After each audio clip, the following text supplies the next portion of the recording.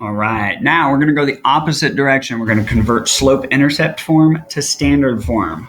All right, so there's your two equations. Slope-intercept form is y equals mx plus b. And then your standard form is ax plus by equals c.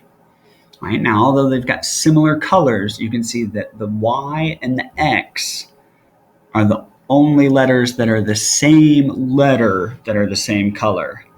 Right? So M and A are not the same thing, and B and C are not the same thing. All right, our steps. We're going to multiply both sides of the equation to eliminate fractions. Right? That means that if you have a fraction, you're going to multiply through by the denominator so that we only have integers. And then we subtract the mx from both sides. And at that point, we should just be able to rearrange to make ax plus by equals c form. So we're going to go through 4 examples.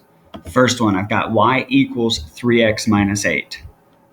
First step is to eliminate fractions. There are no fractions. So we can just go to step 2, which is subtracting our mx value from each side. So we subtract 3x from each side, leaving me with y minus 3x equals negative 8.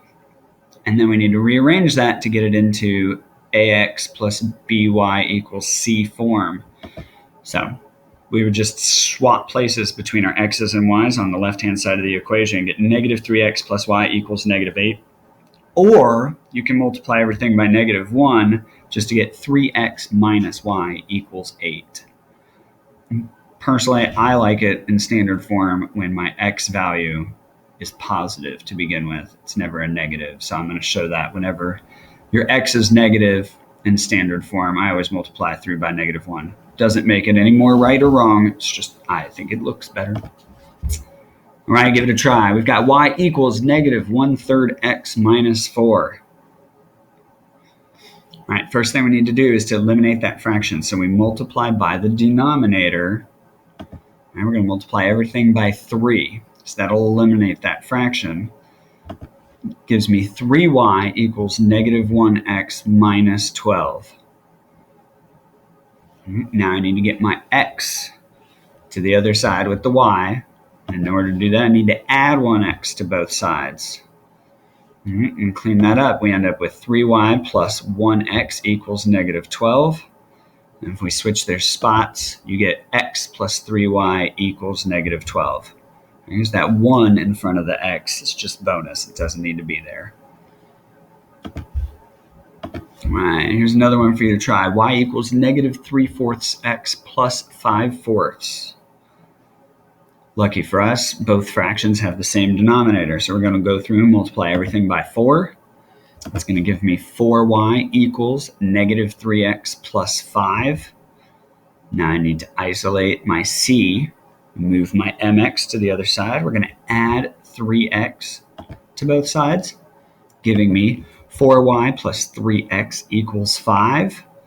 Now I just want to make it in standard form, which is ax plus by equals c, and our equation becomes 3x plus 4y equals 5. Last example to convert from standard form to slope-intercept. I've got y equals 5/2 x plus 9.